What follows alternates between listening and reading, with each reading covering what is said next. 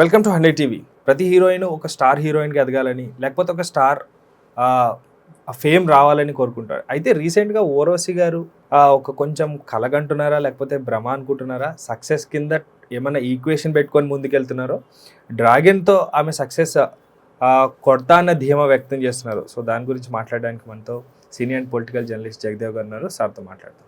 నమస్తే అండి. సో ఓర్వశి రౌతాల గారు డ్రాగన్ అనే ట్యాగ్ లైన్తో వస్తున్నారు. సో అది ఎంతవరకు సక్సెస్ అవుతుంది, లేకపోతే ఆవిడ ఏమైనా స్పెషల్ ఈక్వేషన్ ఏమైనా వేసుకుని దాని ప్రకారం ఫాలో అవుతున్నట్టు అని చూడాలా?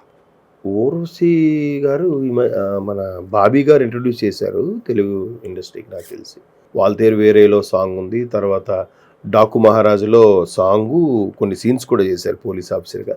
తర్వాత అదేంటది బ్రో సినిమాలో కూడా ఓ దగ్గర కనిపిస్తారు. సో ఆవిడ స్టార్ బాగున్నట్టుంది, అన్ని స్టార్ హీరోలతోనే ఉంది. ఇప్పుడు లేటెస్ట్గా డ్రాగన్తో రాబోతున్నారని.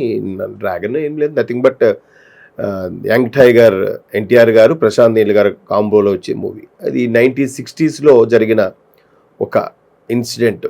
కోల్కతాలో వెస్ట్ బెంగాల్ బేస్ అయిన చైనా, భూటాను, ఇండియా ఈ మూడు కలిసిన బార్డర్కి సంబంధించిన ఏదో చిన్న వ్యవహారం నడబోతుంది. దానికి సంబంధించి సినిమా. అది కూడా మొన్న పోస్ట్ కూడా రిలీజ్ చేశారు. ప్రశాంత్ నీల్ గారు ఇలా చేయి పెట్టి ఏదో కమెంట్ చేస్తున్నట్టుగా వరుసగా ఒక 1000 మంది జనాలు, క్రౌడు, పాత అంబాసిడర్ కారు, అంటే 60s అవే కదా ఉండేవి. సో మళ్ళీ at the same time Prashanth Neel గారు ఒక డార్క్ షేడ్, యాష్ కలర్ షేడ్లో ఫిల్మ్ అంతా కూడా అదే దీంట్లో రన్ అవుతూ ఉంటుంది. సో ఇది డ్రాగన్ గత రకరకాల కథనాలు వినిపిస్తున్నాయి. దీనికి ఇది ఒక మాఫియాకి సంబంధించిందని. ఇంకోటి ఏంటంటే డ్రాగన్ అంటే చైనా వాళ్ళని డ్రాగన్ అంటాం మనం వార్తల్లో కూడా. ఆస్ట్రేలియా వాళ్ళని కంగారు అని, మన వీళ్ళని డ్రాగన్ అని అట్లాగా సంబోధిస్తూ ఉంటారు. మలేషియా, హాంకాంగ్, సింగపూరు వాటి దగ్గర చైనా వాళ్ళు ఎక్కువగా ఎక్కడైనా సరే ఈ డ్రగ్ మాఫియా వాళ్ళని ఎక్కువగా హ్యాండిల్ చేసేది చైనా వాళ్ళే అన్నట్టుగా కూడా మనం చాలా సందర్భాల్లో చూసాం. అయితే ఈ మాఫియా కబాలి సినిమాలో కూడా చూపించారు మనకి. చైనా వాళ్ళే ఎక్కువగా దాన్ని ప్రోత్సహిస్తుంటారు, వాళ్ళ తాలూకాలు ఎక్కువ మంది ఉంటుంటారు అన్నట్టుగా. సో ఇప్పుడేం జరుగుతుందంటే దాని మీద బ్యాక్ డ్రాప్ మీద తీస్తున్నారా లేదా రాజకీయ నేపథ్యంలో ఉన్నదాన్ని తీస్తున్నారా అనేది ఇంకా పూర్తిగా స్టోరీ రివీల్ అయితే కాలేదు. పెట్టారు. బట్ ఏదో ఒక సాంగ్కి పిక్చరేషన్ RFCలో ఆల్రెడీ సెట్ చేశారు, స్టార్ట్ అవబోతుంది. దట్టు యంగ్ టైగర్ ఎన్టీఆర్ గారితో ఆ సాంగ్ ఉండబోతుందని కూడా ఉంది. బేబీ అందువల్ల మీరు ఆమె చాలా అదృష్టవంతుడు. ఎందుకు వరుస కదా బాలయ్య గారు, చిరంజీవి గారు, పవన్ కళ్యాణ్ గారు, ఇప్పుడు యంగ్ టైగర్ ఎన్టీఆర్ గారితో ఓర్వశి రౌతేల ఆమె ప్రతి నెక్స్ట్ మూవీకి ఒక్కొక్క సూపర్ స్టార్ తో చేసేస్తుంది ఆమె. కానీ హీరోయిన్ అనేసరికి ఎంత వెయిటేజ్ ఇచ్చినా, ఓన్లీ హీరోయిన్ ఓరియంటెడ్ మూవీస్ తీసినా, లైన్స్ అలా తీసుకున్న స్టోరీస్ ఎంత ఫేమ్ వచ్చినా లాస్ట్కి ఫేడ్ అయిపోవాల్సిందే. అవును. ఇప్పుడు ఆమె ఎంత సూపర్ స్టార్స్ తో చేసినా, సావిత్రి గారు ఉన్నారండి, ఎన్టీఆర్ గారు సూపర్, ఇంకా అసలు మనం చెప్పక్కర్లేదు. సావిత్రి గారికి ఉన్న పేరు కూడా అంతే. కానీ ఇద్దరితో కంపేర్ చేస్తే మాత్రం సావిత్రి గారికి కొంచెం తక్కువగా అనిపిస్తారు. ఇప్పుడు హీరోయిన్ కి నాకు తెలిసి మీరు అడిగింది అర్థమైంది నాకు. ఇప్పుడు హీరోయిన్స్ లో ఎక్కువ రోజులు ఫేమ్ లో ఉన్న నటి నాకు తెలిసినంత వరకు రేఖా గారు, శ్రీదేవి గారు ఎక్కువ కాలం. కొన్ని ఇప్పుడు కూడా రేఖా గారు అలాగే ఉన్నారనుకోండి, వేరే విషయం. ఆఫ్ కోర్స్ శ్రీదేవి గారు నో మోర్ షీ ఈజ్. అయితే అలాగా అందరూ మెయింటైన్ చేయలేరేమో. పెళ్లి చేసుకున్నాక కొంతమంది ఫేడ్ అవుట్ అవుతారు, కొంతమంది పెళ్లి చేసుకున్నా కూడా కంటిన్యూ అయ్యే వాళ్ళు ఉన్నారు. మళ్ళీ ఇప్పుడు సెకండ్ ఇన్నింగ్స్ అని స్టార్ట్ అయింది, థర్డ్ ఇన్నింగ్స్ కూడా స్టార్ట్ అవుతారు కొంతమంది. భట్, దీపికా పదుకునే వాళ్ళు పెళ్లికి కూతురుతో కలిసి ఇద్దరు కూడా యాక్ట్ చేసిన కొన్ని మూవీస్ కూడా ప్లాన్ అవుతున్నాయి. సో అంటే అది డిపెండ్స్ అపాన్ వాళ్ళ శరీరతత్వం. కొంతమంది సరైన ప్లానింగ్ లేకపోవడం. ఇప్పుడు కోట శ్రీనివాసరావు గారు అన్నట్టుగా గుమ్మడికాయంత ప్రయత్నం ఉన్నా కూడా ఆవగింజంత అదృష్టం లేకపోతే ఇండస్ట్రీ కాదు ఏ ఇండస్ట్రీ కూడా నిలదొక్కుకోలేరు. కాకపోతే చాలామంది చెప్పేది ఏంటంటే నిలదొక్కున్నాక బా సూపర్ టాలెంట్ రా, సూపర్ హార్డ్ వర్క్ రా, ఎంతో కష్టపడ్డాడు రా. అందరూ పడతారు, ఆ కొందరికే కలిసి వస్తుంది. అట్లా నేను ఆ కలిసి వచ్చే మార్గం ఉన్నప్పుడు ఆటోమేటిక్గా ఆ వేళ తీసుకెళ్తుందేమో నా అభిప్రాయం. మనం పరిగెత్తక్కర్లేదు. కదిలే గోదావరిలో మనం ఒక పుష్పం అయితే అలా పడితే గోదావరి లాక్కుపోతుంది. అది అంటే చాలా మంది దాన్ని ఒప్పుకోరు.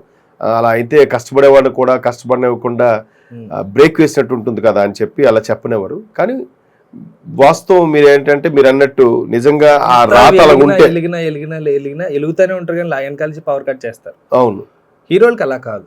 అంటే లాంగ్ బ్యాక్ నుంచి ఫ్రమ్ డికేడ్స్ నుంచి మనకు వస్తున్నది ఏంటంటే hero oriented, hero family base ఇక్కడ ఉండటం వల్ల ఏమో అనిపిస్తుంది నాకు ఒకసారి. అలాగే అంటే దీన్ని ఇంకోలా కూడా చెప్పొచ్చు. చాలా మంది మహిళలు చెప్పేదే పురుష ఆధిక్య ప్రపంచం అని అంటుంటారు. సో ఇక్కడ కూడా ఇండస్ట్రీ కూడా కథానాయకుడు బేస్ చేసుకుని నడుస్తుంది. అది నేను అనేది కూడా ఫ్యామిలీ బ్యాక్గ్రౌండ్స్ ఇక్కడ రూట్స్ వరకు ఉన్నాయి కాబట్టి వాళ్ళ ఐడెంటిటీ అట్లా ఫ్లేవర్ బయటకు రావాలేమో అన్నట్టు ఉంటుందేమో అనిపిస్తుంది. ఫర్ ఎగ్జాంపుల్ ఎన్టీఆర్ గారు ఉన్నారండి, ఎక్సలెంట్ యాక్టర్. ఎంతమంది ఏం చెప్పినా కానీ ఈ వయసు మేము కూడా చూడాలంటే అప్పుడు కూడా మాకు అలాగే అనిపిస్తుంది. అంత పిక్చరైజేషన్, ఆ క్యారెక్టర్స్, ఆ డైలాగ్ డెలివరీ కానీ అంతా హైలైట్ ఉంటుంది. తర్వాత బాలకృష్ణ గారు అంటే రూట్స్ అంతా హైదరాబాదే కదా, తెలంగాణ లేకపోతే ఆంధ్రప్రదేశ్. కాబట్టి ఆ ఫ్లేవర్ అనేది ఇక్కడ ఉంటుంది అంటున్నాను నేను. కాబట్టి అలా హీరోని ఎలివేట్ చేయడం లేదు, అలా ఉండడం వల్ల హీరోని కాపాడుకోవడం అనేది కూడా కరెక్ట్ కాదు. వాళ్ళ అంటే సర్టెన్ ఏజ్ వచ్చిన తర్వాత, నేము ఫేమ్ వచ్చిన తర్వాత దాన్ని కాపాడుకోవడం కష్టం. నేమ్ ఫేమ్ వచ్చిన తర్వాత నాకు నేమ్ వచ్చేసింది కదా అని నోటుకు వచ్చినట్టు మాట్లాడితే ఇంకా ఫేడ్ అవుట్ అయిపోవాల్సిందే. మళ్ళీ కథల ఎంపికలో కూడా అఫ్కోర్స్ మళ్ళీ మాట్లాడదు, మళ్ళీ మొదటిగా వస్తుంది. ఆ కథలు కూడా రాత బాగుంటే మంచి మంచి కథలే వస్తాయి. అసలు ఏమీ లేని కథల్లో కూడా ఎందుకంటే ఇప్పుడు మన లైఫ్ పార్ట్ చేసుకున్నారు ఆయన, సునీల్ గారు ఉన్నారు, ఎక్సలెంట్, అసలు సూపర్ హిట్ అయిపోయింది. ఏది మర్యాదరామన్ తీశారు, మర్యాదరామన్ తీశారు, రాజమౌళి గారి చేతిలో పడింది. కానీ అది మళ్ళీ అదే చోట్ల ఇంకొక నానుడు కూడా ఉంది. ఒకసారి హిట్ అయిందంటే నెక్స్ట్ రాజమౌళి గారి తర్వాత నేల చూపులు చూడాల్సి. ఎందుకంటే అంత రేంజ్కి తీసుకెళ్లి ప్రతి డైరెక్టర్ ఉండరుగా. కాకపోతే మన ఇండస్ట్రీలో ఏంటంటే ఎవరు అమ్మాయి చేస్తుంది సినిమా బాగుందంటే ఇంకా వరుస పెట్టి డైరెక్టర్లు, ప్రొడ్యూసర్లు కూడా ఇంకా అమ్మాయినే బుక్ చేస్తూ ఉంటారు. ఒకవేళ అమ్మాయి బాగా చేసిన ఒక్క సినిమా పోయిందంటే అసలు హీరో ఓరియంటెడ్ మూవీసేగా మనకు వచ్చేవన్నీ కూడా హీరో ఓరియంటెడ్ మూవీసేగా. మరి ఆ అమ్మాయి చేయడం వల్ల సినిమా పోయింది అంటారేంటి? ఇంకా అమ్మాయి ఐరన్ లెగ్, ఆ అమ్మాయి ఉంటే సినిమాలు పోతున్నాయి. చాలా తప్పు.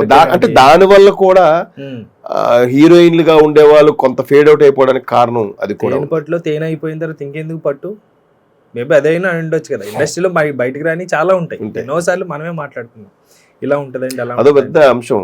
కాబట్టి మాట్లాడుకుంటే మనం ఎన్ని కలగలిపి లాస్ట్ కి హీరోయిన్ అనేది ఫేమస్ అయినప్పటికీ, ఫేమ్ వచ్చినప్పటికీ లాస్ట్ కి ఏదో సిచ్యువేషన్ ఫేడ్ అయిపోవాల్సిందే. అండ్ మోర్ ఓవర్ హీరోయిన్ అంటే గ్లామరస్ గానే చూస్తున్నారు తప్ప ఒక యాక్ట్రెస్, ఒక నటి అని ఎవరికి ఉండట్లేదు. ఇంకా వాస్తవంగా మాట్లాడుకోవాలంటే హీరో ఓకే, హీరోయిన్ ఎవరు, ఏం క్యారెక్టర్ అని చూసేది మనం ఎంత విపులంగా మాట్లాడుకుంటున్నాం. కానీ విలేజెస్ సైడ్ కానీ సిటీ సైడ్, మెట్రోపాలిటన్ సైడ్ అంత ఉండదేమో అనిపిస్తుంది నాకు. స్టోరీ ఎలా ఉంది, ఏం స్టోరీ ఎలా తీశారు ఏంటి, అంతే. ఏ హీరోయిన్ ఎంతమంది వస్తున్నారండి ఇండస్ట్రీలో కూడా.